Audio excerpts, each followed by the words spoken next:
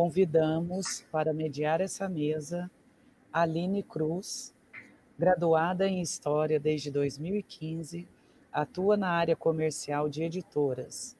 Há quase 5 anos no Grupo Autêntica, atua na divulgação escolar.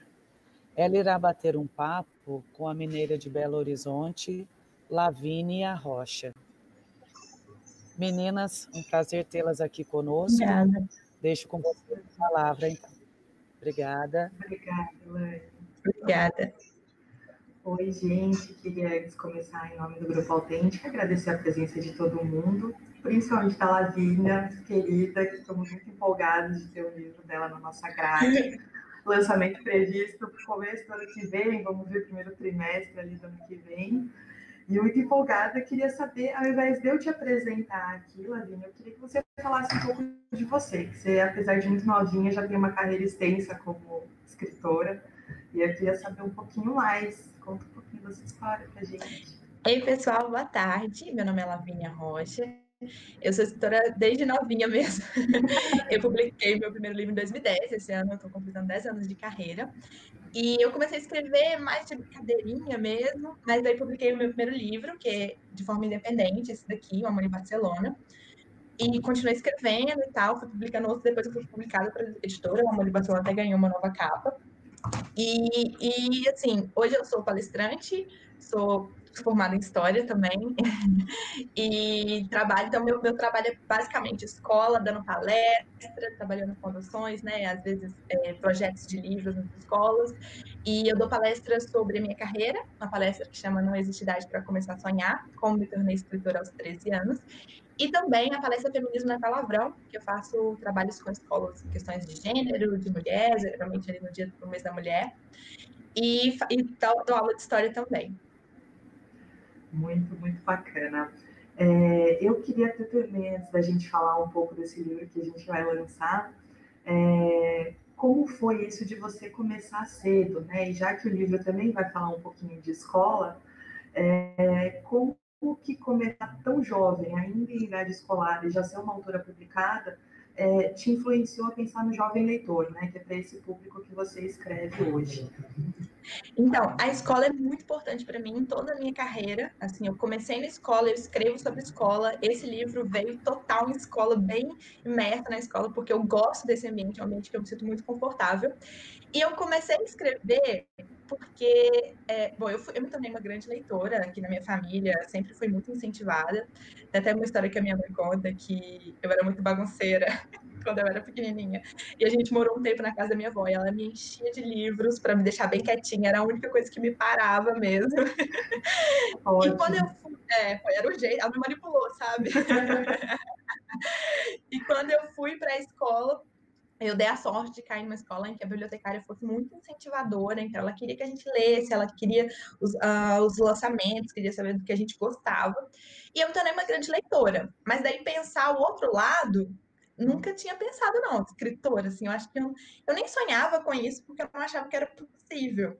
E eu lembro que as aulas de produção de texto, toda semana a professora dava uma redação, mas ela colocava um limite de 30 linhas. E eu não suportava esse limite. Ficava desesperada. Eu ficava, não, eu quero escrever mais, mas coitada da professora, né? Aquele tanto de gente para ela corrigir, então eu entendia. E aí eu decidi sentar no meu computador. Falei, agora eu vou escrever o tanto que eu quiser, na hora que eu quiser, sobre o tema que eu quiser. Eu tinha 11 anos e foi quando nasceu o Amor em Barcelona. Mas, assim, eu não sou tímida, mas para livro eu morria de vergonha. Eu tinha uma pasta no computador, dessa pasta tinha outra pasta, dentro dessa pasta ficava o livro para os meus pais não encontrarem, porque meu livro tinha beijo na boca. Ai, meu Deus do céu, Ai, meus pais. Meus pais não podem saber disso. E eu acho que tudo que a gente cria tem um pouco disso, né? Quando a gente cria alguma coisa do zero, que é um universo só nosso, é um pouco íntimo, né, para compartilhar. Os autores, eu acho que eles são muito generosos em compartilhar isso com a gente, que realmente é uma criação muito pessoal, né? Exatamente. E você carrega muito de si, né? Então, quando... Assim, eu não sei até que ponto nós, autores, conseguimos dosar isso, mas sempre tem muito da gente ali. Quando as pessoas vão ler, elas sempre vão encontrar. Principalmente as pessoas que nos conhecem sabem exatamente o que está ali, que é seu, o que não é. E aí dá esse medo, né? Então eu tinha esse medo também de pensar em que eu era a protagonista. Daí eu fui mostrando para algumas amigas, uma amiga minha, uma prima minha, e elas foram me incentivando, olha, continua a escrever, olha, mostra para sua mãe, você vai dar um livro, você vai se tornar escritora, e você vai parar nas livrarias, sei o quê. Eu falava, gente, o que essa amiga tá falando? Eu tinha 12 anos. A minha ideia de escritor eram homens velhos, sabe, que já estavam mortos, brancos. Eu era totalmente o contrário do que eu imaginava de um escritor, assim, era o oposto de tudo. Então, é claro que eu falo, não, tem a menor chance de eu me tornar uma escritora, isso não é possível, porque nunca me disseram que era. E ela foi me incentivando, ela falou, se você não mostrar, eu vou mostrar. Eu falei, ai, meu Deus, que amiga é essa? Mas eu mostrei. E aí meus pais resolveram me incentivar. E daí a gente publicou de forma independente, foi tudo bem familiar mesmo, meus pais correndo atrás.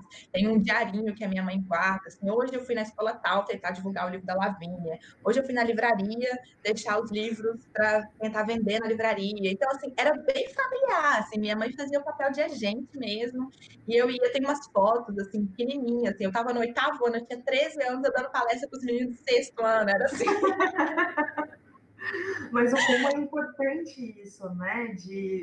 Além de ser um sonho que realmente, quando a gente, antes da gente entrar nesse mercado, é um mercado que ninguém sabe muito bem como funciona, né? É tudo muito distante, a gente conhece a livraria. E como é importante você entrar nesse mercado com esse incentivo, né? Com todo mundo te ajudando, indo atrás, porque é isso, né? Esse envolvimento muito próximo é uma coisa que ajuda muito a literatura, né? Exatamente. E o mercado é isso. Quando eu entrei, o mercado ainda estava se entendendo um pouco na questão dos nacionais, né? Assim, a gente lia muita literatura estrangeira e a gente estava se abrindo. Então, assim, a Paula Pimenta, por exemplo, foi uma que eu falei, ah, escreve em BH, como assim? Sabe? Não era só Brasil, era BH. E aí eu me sentia ali dentro da história. Eu estudava perto do shopping que a Fanny vai ao cinema, sabe? Para mim, aquilo, eu ia no shopping e eu ia encontrar. Então, isso foi muito importante para mim, ver isso e poder pensar, não, eu vou criar então as minhas histórias, sim, existe gente escrevendo para jovem. Então, daí o mercado, eu fui entendendo o mercado, entrando, mas hoje, assim, eu sou outra escritora, né? A Lavínia de 13 anos já é outra pessoa hoje.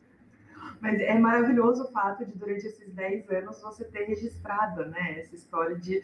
Porque todo escritor, conforme... Mesmo que ele sempre escreva para jovens, você vai mudando de perspectiva, né, conforme a gente vai amadurecendo e tudo mais. Então, é muito bacana ver, né, ter registrado bonitinho toda essa evolução como escritor e como adulta, agora, poder olhar para trás. É muito, muito, muito legal. Vamos falar um pouquinho do livro? Eu acho que aqui a gente pode ficar muito tempo falando desse livro, que aí, você sabe, né, já falei 1000 vezes que sou tiete, eu amei este livro do fundo do meu coração, mas aqui eu vou fingir bastante que eu não sei, porque eu quero saber muitas coisas sobre o livro. Então, não vou revelar o nome, eu vou deixar tudo para você contar pra gente, mas eu queria que você contasse um pouquinho da história do livro, Tá bom. Um pouquinho dele. Tá. O título do livro é O Mistério da Sala Secreta. E esse é um livro que conta a história da Júlia e do Gabriel. São 2 alunos muito amigos do 7º ano da Escola Municipal Maria Quitéria de Jesus, escola fictícia. E essa escola, eles receberam a notícia de que a escola vai fechar. A prefeitura mandou fechar por falta de alunos, essa era a justificativa. E daí eles fazem uma feira de história, a escola elabora uma feira de história, uma escola muito boa, uma escola muito conceituada na região, eles sabem disso, eles são bons alunos, eles estão ali por causa da escola. E eles têm essa feira de história, cada turma fica responsável por uma coisa da escola. Então, contar a história da Maria Quitéria é a Júlia e o Gabriel que ficam responsáveis, a turma, né? Depois tem uma tenda só sobre as memórias da escola e tem uma tenda sobre sobre lendas da escola. E nessa tenda, a Júlia e o Gabriel conhecem a lenda da sala secreta. É uma sala que sempre fica fechada, ninguém sabe por que está fechada, ninguém nunca foi lá, ninguém entende muito bem. Mas eles descobrem que só os corajosos e os merecedores, que nem Maria Quitéria de Jesus, para quem não conhece, foi uma heroína que lutou na Guerra de Independência na Bahia, e só os merecedores corajosos conseguiriam sair dessa sala. E a Júlia fica encucada com aquilo, porque a Júlia, assim, ela tem uma confusão, ela vai se meter. O Gabriel já fica morrendo de medo. E ela quer descobrir isso, ela, poxa, a escola vai ser derrubada, que vai ser construído um shopping na escola, tem, ó, assim, várias viagens da escola. E ela quer, não, essa escola vai ser derrubada, eu quero saber o que tem lá. Então, eles relembram que quando eles eram mais novinhos, eles tinham uma dupla chamada Juliel, que era uma dupla de espiões. E ele falou assim, vamos retomar a nossa dupla, a gente vai voltar a ser Juliel. E a gente vai descobrir o que tem nessa sala. E aí, o resto da história. Ai, é tão maravilhoso até aproveitar o gancho do que você falou, porque eu achei muito incrível a postura da Júlia com relação a absolutamente tudo. E o Gabriel super... Não, vamos fazer aqui o seguro, o calmo, o tranquilo. E ela falou, não, mas a confusão tá ali, eu quero ir lá. A Júlia, no meio de tudo isso, eles tentando manter a escola aberta, né? Então, são várias questões. E a Júlia, não, eu quero todas as confusões. Eu tô aqui para lutar. Falaremos dela também nisso, porque é um presente. Essas crianças, as duas, assim, que achei muito conectado com hoje e com isso, né? De poder utilizar plataformas, deixar assim aberto, para falar de tudo que está acontecendo hoje. O acesso à informação é importante, né? E brigar por aquilo que você acredita, do jeito que for possível você fazer, né? E querer ter o princípio de falar, não, essa escola é importante para a comunidade, é importante para todo mundo que está aqui, e para aqueles que vão entrar também, né? Tem o restante da família da Júlia, que gostaria de ir para lá também. Exatamente. Então, é muito, muito, muito incrível essa junção dessa menina espoleta, esse menino quietinho, que quer estudar, poeta, coisa mais linda. E eu também adoro você falar da bibliotecária da sua escola também, né? Que incentivou muito. Na amiga. A Terezinha, eu achei ela a coisa mais maravilhosa do universo. Me lembra várias bibliotecárias que eu encontro por aí, que tem um compromisso super forte de fazer acontecer e de levar literatura para as crianças, tanto dentro da escola como uma forma de entretenimento também depois. Tem iniciativa de fazer clube, e eles têm o clube de leitura na escola também, né? Então eu achei muito, muito, muito sensacional. Eu queria também que você aproveitasse e falasse um pouquinho mais do Gabriel e da Júlia, de onde eles vieram, né? Quem é o Gabriel, quem é a Júlia? Tá. Então, todos esses elementos que eu fui construindo são baseados em pessoas que eu conheço e eu vi na vida real. Eu visito muita escola, eu até estava fazendo esses 10 anos, né? Eu falei, deixa eu relembrar a minha história aqui. E aí eu fiz todas as escolas que eu já fui. E eu visito muitas escolas municipais também, por isso que eu criei uma escola municipal. E o Gabriel e a Júlia são uma mistura dos leitores que eu já vi. Então, clube de leitura. Eu fui a clubes de leituras nas escolas, estive em contato com eles, daí eu trouxe isso. Esse campeonato, ela fala de futebol e tal. Também vi isso nas escolas. Esse carinho das bibliotecárias pelos alunos, eu vi isso nas escolas. E a Terezinha é a bibliotecária que me incentivou a ler na escola onde eu estudei. Então, eu nem sei se ela sabe disso, vou ter que contar para ela. Agora eu posso contar? Olha, você está no meu livro. Que homenagem linda. E a Terezinha, ela é essa. Quando eu fecho os olhos, é a biblioteca que eu imagino que a Júlia e o Gabriel frequentam, é a biblioteca que eu frequentei. Então, essa relação com a escola, ela é uma relação um pouco do que eu tive com as escolas que eu passei e principalmente das escolas que eu visito. Os meninos, eu geralmente visito escolas que gostam muito, que interagem muito com a literatura, né? Porque se eu estou em live, porque a escola se importa com a literatura, né? São escolas mas são escolas que é isso, eles entendem que a literatura, elas mudam tudo naquela escola. Não é só no português, na aula de história, na aula de matemática, na aula de geografia, isso transforma a escola. Então, a Júlia e o Gabriel, eles têm um pouco disso. Eu falo muito sobre, eu vou mostrar, para eu falar deles, né? Eu vou mostrar. Não tem como eu falar sem eu mostrar. Por favor. Essa aqui é a livro, revelação. Com exclusividade, a capa, a carinha, essa é Júlia, esse é Gabriel. É lindo. A Júlia, esse é o Gabriel. Eu tô aqui ao contrário, eu tô aqui toda torta. Gabriel, o set da Sala Secreta, ilustração do Rubem Filho. Maravilhosa. Ilustrações de dentro, então, gente, vocês não imaginam. Tá a coisa mais preciosa. Eu chorei vendo, eu chorei mesmo. Eu sou muito emocionada, né? Mas... Então, acho que vocês conseguem ver a cara da Júlia Espoletinha aqui, a porta que ela quer entrar, e o Gabriel todo cheio de dedos, né? Júlia, pelo amor de Deus. Então, eles são isso, misturas de vários personagens que eu conheço, que eu já vi, um pouco a relação da Júlia com o cabelo dela, tem muito da minha relação com o meu cabelo, a relação das minhas leitoras com o cabelo. A protagonista de um outro livro que eu tenho tá na capa, assim, ela com o cabelo cacheadão, bem volumoso, e eu lembro que umas leitoras olharam e falaram: olha essa fitagem que ela fez aqui, olha. E assim, falar fitagem é uma coisa muito do universo de cacheados e crespos. Assim, a gente entende, a gente bate o olho e entende o que é fitagem, o que é o cabelo, como ela finalizou o cabelo dela. Então eu trouxe isso pra Júlia também. A Júlia é muito orgulhosa do cabelo dela. O diretor fica mandando ela pentear, baixar o cabelo, mas ela bate o cabelo e ela tem muito orgulho disso. E, enfim, os dois, eles trazem um pouco disso, dessa espoletagem da Júlia com esse cuidado do Gabriel. E também eu quis trabalhar um pouco com as ideias que a gente às vezes fica muito do que é da menina e do menino, e eu quis trabalhar como que nem sempre é assim, sabe? A Júlia, ela é daquele jeito, com várias outras garotas que eu conheci, e o Gabriel é um poeta, ele gosta de ler poesia, ele quer ler, conhecer, eu vejo muito isso nas bibliotecas em que eu vou, muitas escolas, porque eu sei que as meninas leem mais, em geral, mas o Gabriel, ele representa vários meninos que eu conheci de verdade, assim, várias palestras que eu dou, às vezes os meninos são os que mais se empolgam, os mais frequentadores da biblioteca. Eles existem também, eu acho que a gente às vezes foca muito nas meninas. Então eu trouxe isso pro Gabriel, ele adora poesia, ele é bem quietinho, ele foi criado pela avó dele, então ele tem aquela coisa, quero fazer tudo certo para minha avó, né? Não posso decepcionar minha avó. E a Júlia é a danadinha, mas eu também não posso me decepcionar, eu preciso correr atrás das crianças. E eles são muito amigos.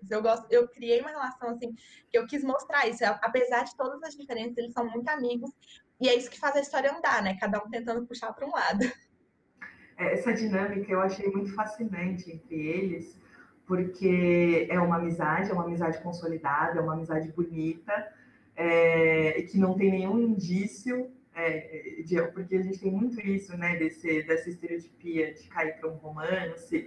E eles são amigos, eles estão ótimos, e esse é o relacionamento deles, com muito companheirismo, muito bonita. E essa questão de ter um menino poeta, mais quieto, muito comprometido com o futuro, que pensa muito além, e a Júlia é mais imediatista, né? Não, mas eu quero satisfazer a minha curiosidade agora. A gente vai resolver esse problema agora. Vamos ali, vamos fazer alguma coisa.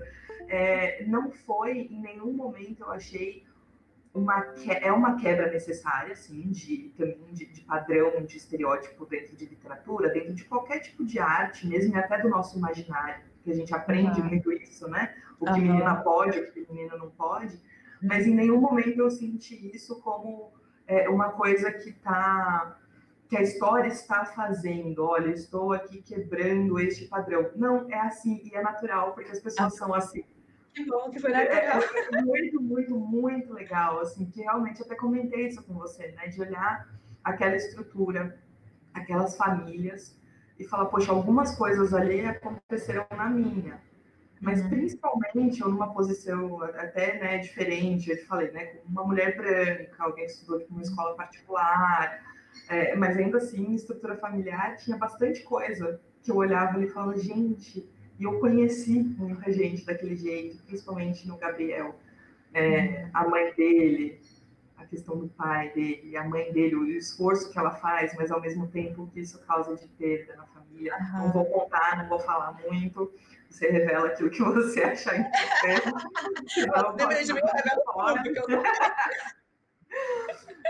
Então, essas estruturas familiares eu achei muito confortáveis, de um jeito que ela dá um quentinho no coração mesmo, e que a gente se aproxima muito do personagem, não é aquele personagem que você olha e fala assim, poxa, um dia... Não, é aquele que você vai falar assim, talvez eu já seja muito parecida, então talvez eu possa fazer outras coisas, né? Eu tenho voz, eu tenho importância, não é porque o meu lugar do mundo não está palco, assim, com uma plataforma, com o dia a dia sendo tão importante quanto algum grande acontecimento, né? A história que merece ser contada. Isso que eu achei fascinante. E uma história sem falar no mistério da sala secreta, que aí já são outros 500, né? Mesmo quando isso está sendo ensinado, você desconfia que tem alguma coisa ali para acontecer nessa sala, toda a construção antes disso, eu já ficava desesperada lendo o livro, porque eu quero saber o que acontece, porque você se envolve mesmo com eles. Ai, que bom. Eu me envolvi até com a Rosana, inspetora de alunos, porque eu lembrava das minhas inspetoras na escola, eu fui que elas trabalhavam muito, né? Ela tem essa coisa ela é rígida, mas ela é carinhosa. Então ela puxa e solta. Isso aí é isso, é uma mistura do que eu vejo, assim. Eu gostei de ter ouvido você dar esse feedback, porque essa foi 100% a minha intenção.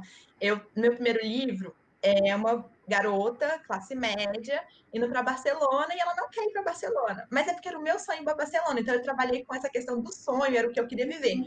Mas aí, quando eu levo isso para a sala de aula, eu vejo que também é o sonho dos meninos, eu também quero. Mas eu falei, poxa, tá na hora de contar uma história que esteja não só no campo do sonho, no campo da fantasia, no campo que eu gostaria que acontecesse comigo. Tá na hora de eu contar uma coisa que tá no campo do isso aconteceu comigo ontem. Isso aqui eu vivi, isso aqui ou eu vivi, ou eu tenho alguém muito perto de mim que vive. E eu falei, tá na hora de eu contar algo que esteja no alcance desses meninos, assim, porque a maior parte das minhas visitas são em escolas públicas, então eu falei, tá na hora dessas escolas terem algo para falar, olha isso aqui é a gente. E aí, então, foi muito bom, obrigada por dar esse feedback, porque foi essa a minha intenção. Mas é verdade mesmo, e isso eu acho tão importante, porque toda literatura, eu sempre falo muito isso, porque eu visito escola, visitei livraria durante muitos anos, toda a história é válida de ser contada, não existe, né? Mas existe um padrão que a gente observa muitas vezes em literatura, o que não necessariamente é um problema, e tem várias linhas que podem discutir isso durante muito tempo, mas é muito gostoso de ver, assim, realmente pessoas que você pode encostar, que você conhece, pessoas muito parecidas, e essas histórias sendo contadas, né? E sem necessitar, falando até de familiar, assim, de alguma grande tragédia para ser a motivação da história. Assim, sim. É uma estrutura que está ali, está montada, e é o jeito que ela funciona e está tudo bem. Né? Sim. É difícil, muita coisa é difícil. Eu fiquei curiosa até, por isso que eu estou falando muito desses personagens, que é quase como se eu fizesse um livro sobre cada um deles, sabe? Eu quero conhecer a história da mãe da Júlia, porque também, né, tem a presença dela é muito forte, muito impactante. É lindo, várias mães que eu conheço hoje, várias amigas minhas são mães e são assim. Também. Então é muito, muito, muito lindo. Eu acho que eu preciso deixar isso muito claro para todo mundo também, porque acho que fora o próprio mistério da sala, que falaremos em breve. Estou aqui enrolando um pouquinho, porque para a gente não dar muito spoiler, né? E aí eu queria aproveitar tudo isso falando de todos esses personagens, né? Que eu estou apaixonada aqui por todos. Até o Humberto, eu quero saber mais do diretor Rabugento, que eu fiquei com uma raiva dele logo no começo da interação dele com a Júlia. Já peguei raiva para sempre, mas até eu quero saber mais. Nossa, pessoa horrorosa. Mas eu queria perguntar sobre uma personagem muito importante do livro, e queria também, muita gente infelizmente não a conhece, né? Eu acho que fora tem-se o privilégio de saber mais sobre a história dela na Bahia. Conversei até com a nossa promotora lá de Salvador, a primeira coisa, ela se agitou assim, porque lá com certeza eles já conhecem ela desde muito cedo. No restante do Brasil não tanto, né? Não se fala tanto dela. Sim. Mas que eu acho muito importante você apresentar um pouco para todo mundo que não conhece, para quem conhece vai adorar ouvir sempre sobre ela, e sobre essa que é uma personagem oculta do livro, né? Que é a Maria Quitéria.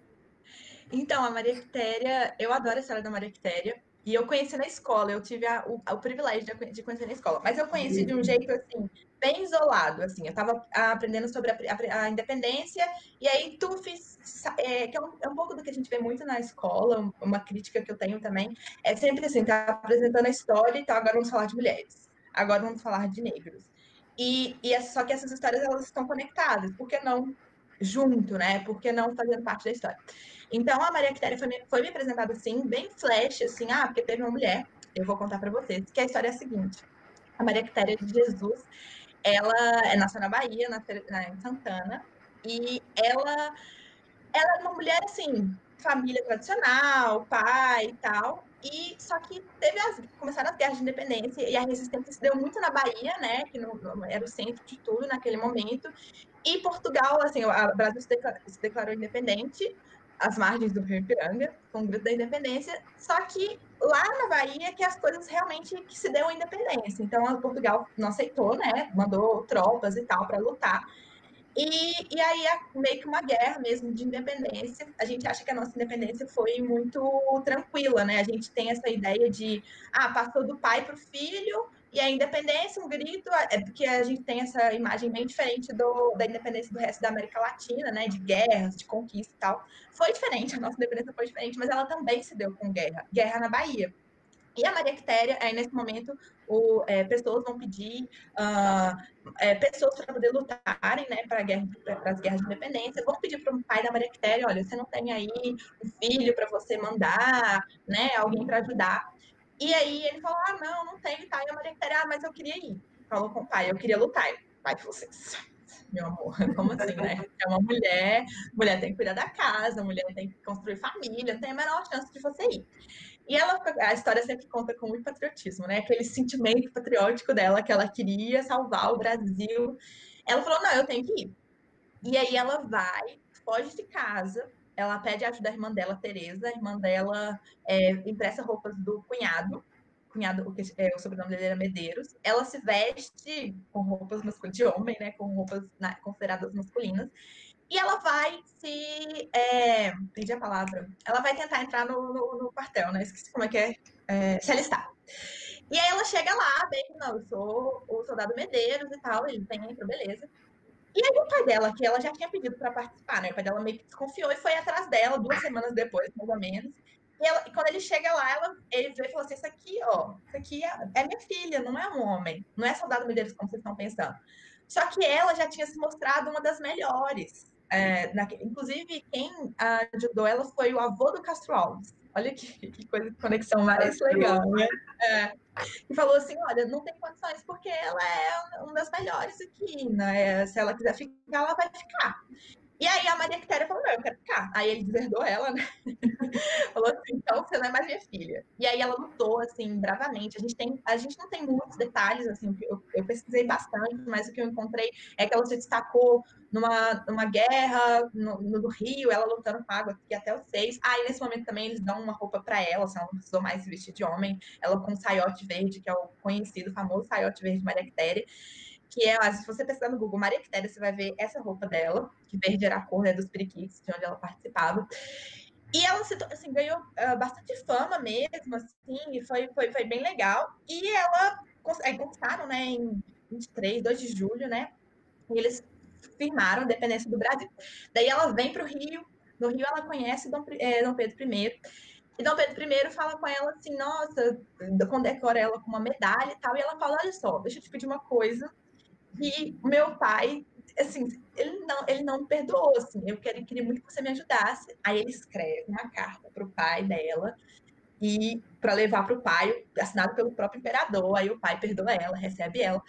Só que aí, depois disso, ela morre de esquecimento. Ela tem problema com a herança, porque o pai dela se casa de novo, ele fica viúvo, se casa de novo, e ferram ela na herança, ela não consegue receber, então ela morre. Pobre de recursos, ela teve uma doença, ficou cega, esquecida, ela foi muito vangloriada no momento, depois ela é esquecida. E assim, o tempo passou e não se falava de Maria Quitéria. Assim. Hoje, a imagem dela está em todos os quartéis, é obrigatório, e a gente está resgatando um pouquinho. Todo dia da mulher, assim, às vezes fala assim, as mulheres da história do Brasil e tal. Aí você vê uma Maria Quitéria aqui, né? Às vezes Dandara, né? Assim, vê várias mulheres que estão sendo resgatadas. E aí eu falei, eu preciso resgatar essa mulher, assim, eu queria trabalhar com um contexto escolar, lembrei da Maria Quitéria, foi a primeira mulher que me veio, assim, eu escrevi esse livro em 2017, então já tem um tempinho, eu já conheço, já tem um tempinho, eu já conheço já várias outras mulheres que agora eu já quero fazer um livro de cada mulher. Acho super válido, sou a favor, já está aqui minha assinatura na campanha. E aí foi isso. Então, assim, aí a escola tem esse nome, mas nem os meninos que estudam na escola sabem quem foi ela.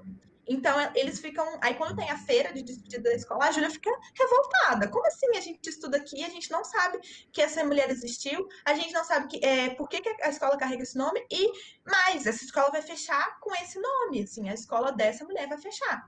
Então, ela fica revoltada. Então, daí eu trouxe essa história. Isso é uma personagem oculta, a Maria Quitéria não está lá, mas ela está lá em tudo.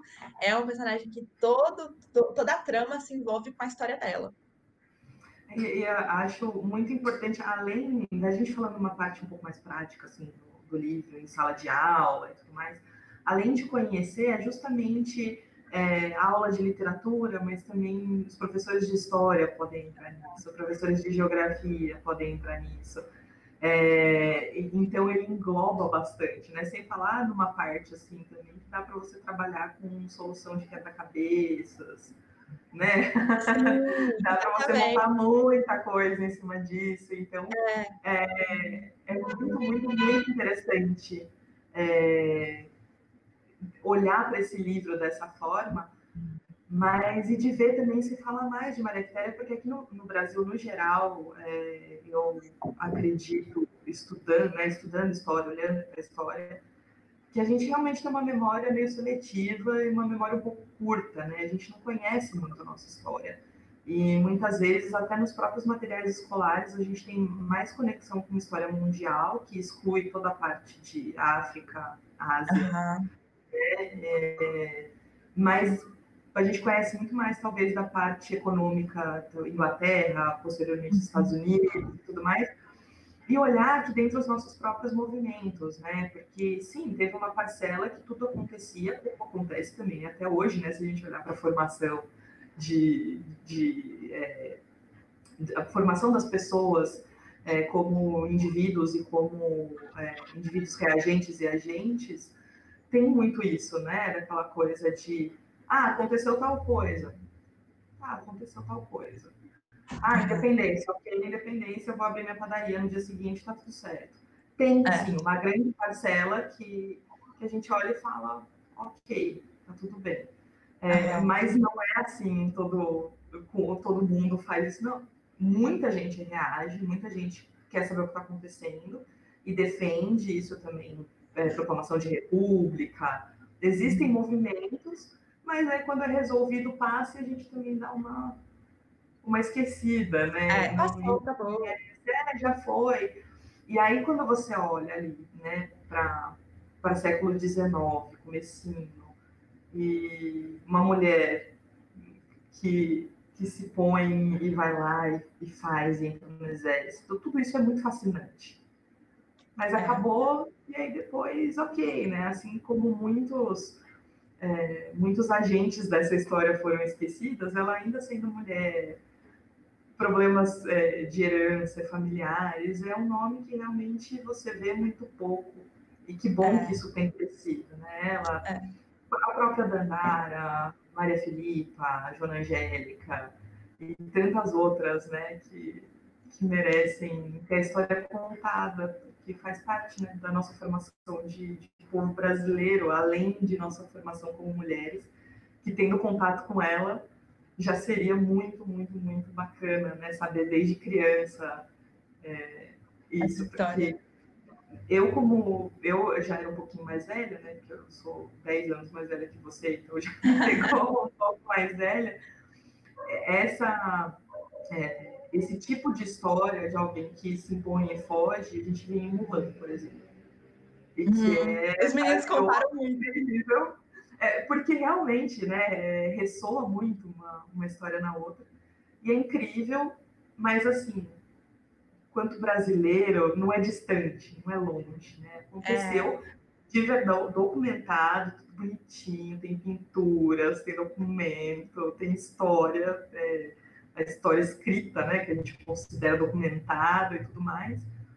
E tá aqui, então olha a grande possibilidade que é, né? E eu acho muito maravilhoso, depois dela ter sido reconhecida como mulher, passar a usar saia. Não sei o quão prático ou não era isso, mas essa parte é um pouco complicada, mas eu acho tão representativa, tão importante. Eu acho também. Assim, por mais que a gente discuta hoje, né, essas questões, mas vamos pensar naquela época. Ela poder ser reconhecida como um objeto, né, uma roupa que era tão assim, separada. Mulher para casa, saia para dentro de casa e tal. Isso eu também acho bem relevante. E foi interessante você citar as outras mulheres, porque eu conheci Joana Angélica e Maria Filipa por causa das pesquisas de Maria Quitéria. Eu falo assim, a Maria Quitéria é uma mulher branca e eu ouvi na escola, muito pouco.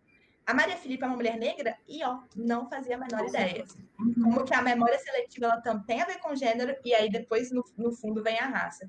E aí, quando eu estava pesquisando, criando história, escrevendo e tal, eu conheci a Maria Filipa. Eu falei, caramba, é outra história também que é isso, continuação, livro 2, vai ter que ter. Ótimo. Vou ter que trabalhar. E eu estive na Bahia no ano passado, nas férias, e eu fui para Salvador. E eu fiz, assim, um dia de o roteiro. Eu fui lá no mausoléu da Joana Angélica, e aí depois eu fui na estátua da Maria Quitéria, que é uma pracinha que as pessoas se reúnem, que me contaram, né? Que é uma pracinha que as pessoas se reúnem para fazer movimentos políticos, né? Manifestações, elas vão para a Praça da Maria Quitéria. E as pessoas da Bahia conhecem mesmo, Maria Quitéria, conhecem desde criancinha. Eu lembro que eu fiz, ela tá numa pose assim, segurando uma espada, acho que é uma espada. E aí eu peguei e fiz a mesma pose para tirar foto no meio da rua. E aí passou um carro e gritou: "Ei, Maria Quitéria!" Ele sabia quem era, ele sabia do que se tratava. O pessoal na Bahia conhece. E aí eu fui para a ilha de Taparica, da Maria Filipa. Fui para lá e eu perguntei onde que tem. E todo mundo sabe quem que era a Maria Filipa também. Tem uma festa da Maria Filipa. Então, assim, são memórias também que ficaram ali no local que a gente. E que eu tenho né? Eu acho que a gente precisa se espalhar, assim, e viver e ver de vários pontos. Eu sei que a gente tá. Vem um momento, às vezes, de críticas, né? Nossa, mas a gente vai formar nossa história por heróis e tal. Mas agora que a gente tá conseguindo heroínas e heroínas negras, a gente precisa.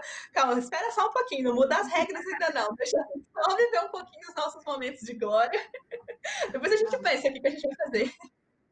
Com certeza, eu concordo com isso, porque a gente precisa pensar em quem a gente considerava herói, né? Em quem a gente considera herói ou heroína. Porque pode ser complicado, né, esse fio de navalha aí, porque é muito representativo, né? Do mesmo jeito que quando a gente quer o reconhecimento de mulheres que foram importantes durante todo o desenvolvimento da história, tendo uma participação gigante ou uma participação pequenininha, isso não quer dizer que a gente queira descreditar a participação masculina, de jeito nenhum. Tem seja uma participação boa, né? Algumas participações que eram consideradas heróicas, hoje a gente olha e fala, não precisava.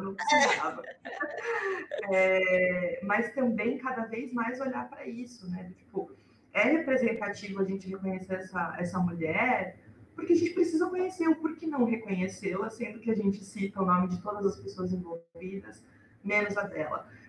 O porquê que não reconhecer, não falar de Maria Filipa, porque no começo é isso mesmo, vai se falar de Maria Quitéria porque é mulher, né? Porque é mulher e porque quebrou vários parâmetros, várias regras sociais, todas as regras que existiam, ela foi lá e quebrou. É importante reconhecer a mulher. A Maria Filipa, é importante reconhecê-la como mulher e como mulher negra. Eu espero, um dos meus maiores, resolveu fazer sol. Uma das minhas maiores vontades, pensando não só em literatura, mas também pensando em literatura, eu até no e-mail, um dos e-mails que a gente trocou, eu comentei isso. É que o personagem do livro seja não branco, porque sim. Porque não seria, né? Porque seria branco, ou que a gente não precise um dia reforçar essa questão de etnia, mas não é esse momento ainda. Né? A gente tem muita coisa para falar sobre isso. Muito chão, tem muito chão até lá. Muito. Então é tão importante esse resgate, né? Sempre, e também casa muito bem com você falar de feminismo não é palavrão, né? Isso eu acho muito, muito bacana também. Mais alguma coisa que você gostaria de falar sobre Não, aí eu queria contar mais uma coisa que me inspirou muito a escrever esse livro também foi, eu falei que eu comecei a escrever em 2017, né? Eu fiz uma viagem para São Paulo e aí eu fiz pela primeira vez, eu fui naquelas salas de escape. Sabe o que é? Que você fica presa numa sala por 1 hora, você tem que resolver os mistérios. Foi uma das minhas grandes inspirações inspirações para esse livro. Eu falei, eu tenho que escrever um livro aqui. Então, assim, para você ver que esse livro, ele é como se fosse um retalho, uma coxa de retalhos, assim, sabe? Aí eu peguei isso aqui da escola, eu peguei isso da minha experiência, isso aqui da outra, isso aqui não sei o que e tal, e fui costurando. Então vocês vão ver muitas coisas nesse livro. Muitas, é uma delícia. E essa também, né, uma coisa que a gente conversou também e que eu fiquei pensando bastante depois, que é justamente cada escola tem o seu mistério, né? Tem uma lenda sempre, que as crianças viram os grandes detetives, os grandes curiosos. Na escola que eu estudei, uma das escolas que eu estudei, o nome da escola era o nome de um homem. Não sei quem foi esse homem, olha aí, tá vendo? Eu estudei na escola por anos e não sei quem foi esse homem. Mas, enfim, era o nome desse homem. E aí tinha a lenda na escola de que o corpo dele estava enterrado debaixo da escola. E aí era essa lenda. Eu lembro que foi uma das inspirações que na hora que eu fui criar a lenda do Mistério da Sala Secreta, eu pensei eu lembrei dessa lenda que tinha na minha escola. E aí passou. Hoje eu visito essa escola todo ano. É a escola que tem a bibliotecária Terezinha, agora ela se aposentou, mas na época era Terezinha. E todo ano eu vou lá visitar essa escola. E um dia eu fui escutar de um aluno falando que sim, essa lenda ainda tem aqui, porque quando eu estava no primeiro aninho, ele estava pequenininho, ele levou um dia uma colher para a escola, que ele queria cavar até achar o corpo do cara. Então, as lendas vão passando e os meninos vão passando para frente, não tem jeito, né? Lendas são muito legais, né? São incríveis, porque isso não só a questão folclórica local cada vez mais localizada, né? Porque vai se passando de tempos em tempos. Na minha escola tinha literalmente a porta que ficava fechada o tempo inteiro. E ficava todo mundo assim, nossa, mas essa porta tá sempre fechada, né? Que coisa. E a gente queria muito descobrir. E as freiras da escola que eu estudava moravam em cima, né? A gente falou, será que a gente pergunta, não pergunta? Tenta ir lá, pedir a chave. Mas a gente nunca teve muita coragem de quebrar esse mistério, porque na época eu fiz ensino médio, veja só, eu fiz ensino médio na época que teve uma troca de papa. Faz muito tempo. Não o Francisco, o Bento. Faz muito tempo que eu estava no ensino médio. E como eu estava em escola católica, foi um grande evento, né? Tipo, olha, vamos assistir a queima, a fumacinha branca saindo. E aí começaram a virar teorias, né? A piada da sala, mas a gente achava que tinha uma coisa secreta. Ele falava assim, não, deve ser um túnel para o Vaticano, porque as irmãs precisam de uma conexão direta com o Vaticano para ir lá fazer alguma coisa. Mas ninguém tinha a menor ideia do que acontecia lá dentro, se acontecia alguma coisa. Depois de muitos anos que eu saí da escola, a gente teve a maior decepção, assim, que algumas portas é bom permanecerem fechadas. Virou um laboratório de robótica, assim, é ótimo para os alunos, foi excelente. Não tinha nada, assim, não tinha nada. Muito impressionante ali, que triste. A história morreu. Olha, a lenda morreu agora. A lenda morreu, agora não tem mais nenhum canto lá da escola, que não tenha sido revirado já. Não tem o túnel mais, ai meu Deus. Não tem, fecharam. Lendas são ótimas. São maravilhosos. É uma coisa que eu acho que poderia até virar aquelas grandes compilações de contos também, de contarem na própria escola, né? Uma coisa que dá super para professores trabalharem. Qual é a lenda daqui? Desenvolve alguma história em cima disso. Vamos solucionar essa lenda da escola. O que aconteceu? Legal. Eu gostei. Vou escrever aqui, ó, para passar para o pessoal. Fazer super divertido, pesquisar as lendas da escola e pesquisar também os nomes, né? De onde vieram, porque realmente isso não é só uma questão escolar, né? Tem tanto nome de rua que a gente não... Eu não faço ideia. Eu já tentei pesquisar, mas não foi muito bem sucedida. Tipo, o ser humano que tinha o nome da rua onde eu moro, por exemplo. Eu também queria saber, não consigo também. É super difícil, e essas pessoas têm que ter feito alguma coisa muito relevante para ter. Ali, né? A grande maioria deve ter feito alguma coisa muito relevante. Alguns era só parente, assim, de alguém, mas... acontece também. A maioria, assim, né? Na faculdade onde eu estudava antes, quando eu comecei comunicação social, o nome da rua era Joana Angélica. E eu fui descobrir depois de muitos anos que é a Joana Angélica. Que massa! Também é uma atividade muito interessante de se fazer, cutucar essa curiosidade, né? E outra coisa também que é bem interessante é entender que a escola faz parte de uma comunidade. Eu vejo muito, principalmente nas escolas públicas, que geralmente os alunos moram ali pertinho da escola e tal. E a escola é um centro, assim, a escola é importante.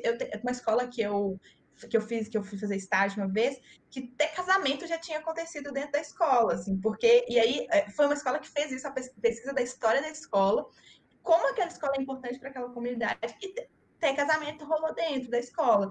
Então, eu acho que às vezes é importante a gente entender de onde que vem. Minha mãe é professora também, e ela tem uma história que dois alunos que estudaram lá se conheceram à escola, se casaram, tiveram um filho, esse filho estuda na escola, na sala onde os pais deles se conheceram. Então, assim, essas histórias, elas precisam ser resgatadas, porque não são histórias que a gente vai ter documentado, são histórias que estão no campo do oral, são histórias que a gente precisa conhecer de bairro, de ir lá, perguntar e qual que é a qual que é a sua ligação.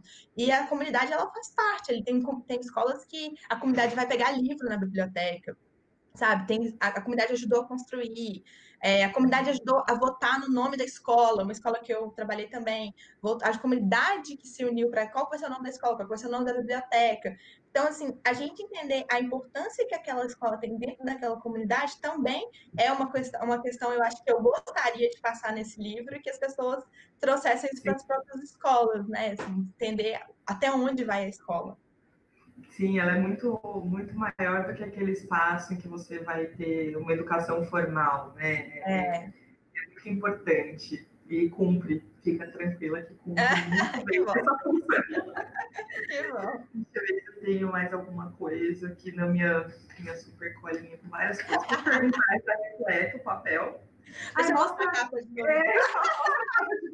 Deixa eu mostrar a capa de novo enquanto isso. Eu tô cortinha. Aqui é a capa. Júlia e Gabriel, a sala secreta. Eu estou muito feliz de poder mostrar finalmente essa capa. Eu estou apaixonada. Quando eu vi, gente, eu fiquei quase morri quando eu vi essa capa. Eu espero que vocês gostem da história também, que vocês tenham gostado da capa. Ano que vem tá aí para todo mundo poder ter o seu. Ele está sendo cuidado com muito carinho. Eu estou sentindo. O livro sair é um processo, né? Então ele está sendo muito cuidado, está nas mãos de uma das maiores autoras e editoras do Brasil, que está no mundo, eu sou a minha inteira, coisa linda do mundo, morri de saudade dela, que né, estamos todos mais isoladinhos, e vamos ver o que vai acontecer para o ano que vem. Também teve essa questão, né? Essa questãozinha básica aí que aconteceu, né, esse ano, assim, quase sem importância, não mudou a vida de ninguém, não teve nenhum impacto social, nada. Nem parei de dar palestra presencial, ai, que tristeza, que saudade das escolas. Aliás, isso é uma coisa muito importante. Você já falou do barulho em escola, presença em escola, então, presença em escola confirmada. Estando tudo seguro, você é disponível para ir até as escolas. De maneira virtual também, quando uma escola é mais distante, ou até, por enquanto, até todo mundo se ajeitar e ficar realmente seguro, todo mundo se reunir. Sim, assim, é uma das partes que eu mais gosto é a escola. Eu já estive, que eu estava fazendo a conta, eu já estive mais de 300 visitas, já fiz mais de 300 visitas ao longo da minha carreira.